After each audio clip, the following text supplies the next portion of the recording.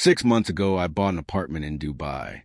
High floor, skyline view, pool, gym, fully furnished. I paid almost nothing for it. And the reason is not what you'd expect. It's not a market crash. It's not a developer scandal. It's a war. Actually, several wars. And a wave of people leaving Dubai so quietly and so fast that entire buildings are now sitting empty. Today I'm breaking down exactly what happened, what I paid, and what it means for anyone thinking about Dubai property right now. Let's get into it. You need to understand Dubai first. Here's something most people don't realize about Dubai. Only about 10 to 15% of Dubai's population are actually Emirati citizens.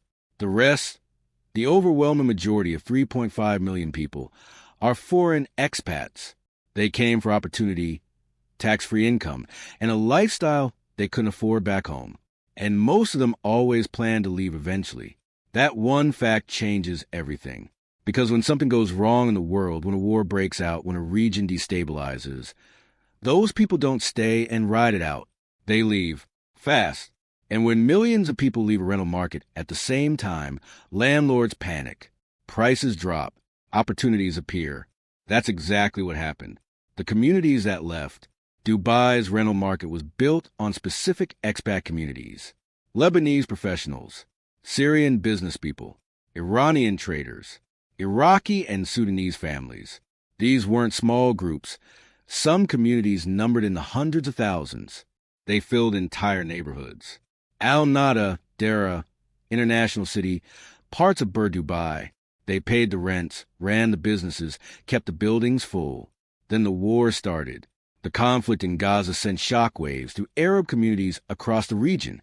When Lebanon escalated in late 2024, a huge portion of Dubai's Lebanese community made the decision to leave, many relocating to Europe. Iranian residents, already under pressure from sanctions and geopolitical tension, quietly wound down and moved on. Sudanese families with nowhere safe to return home found themselves relocating entirely. No dramatic headlines. No mass exodus on the news. Just a slow, enormous, quiet wave of people packing up and going. What happened to the market? The impact on specific neighborhoods was immediate. Vacancy rates climbed fast. Landlords who had been used to full buildings and waiting lists suddenly had empty units and no tenants coming to fill them. Smaller landlords, individual owners depending on rental income to cover their own mortgages, panicked first. Asking prices dropped. Free rent offers appeared. Some decided to sell entirely, at prices well below what the same unit fetched in 2022. And here's the thing about premium areas like downtown Dubai, Dubai Marina, and Palm Jumeirah. They were fine. A separate wave of wealthy buyers from Russia, Europe, and China kept those markets strong. But the middle market, where working professionals and middle-class expats had lived for decades, that's where the floor fell out. And that's where I went looking. How I found my apartment. I've been watching listings for about 6 months. The same units listed at one price in 2023 were being relisted in late 2024 significantly cheaper. I started making inquiries.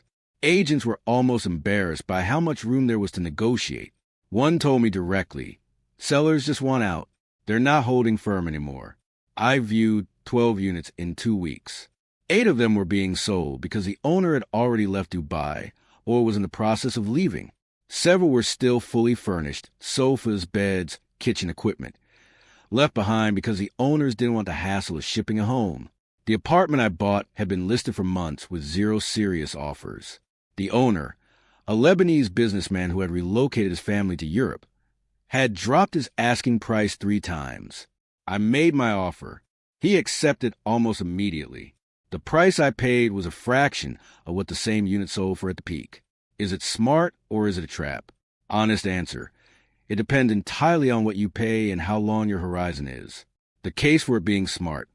Dubai is not going away. The government is aggressively attracting new residents, golden visas, retirement visas, remote work visas. New communities are growing. A well-located apartment in a major global city at a distressed price is rarely a permanently bad investment. The case for caution, the communities that left are not all coming back. Lebanese and Iranian expats who relocated to Europe are not necessarily returning even if tensions ease. The incoming communities may not settle in the same neighborhoods or pay the same rents.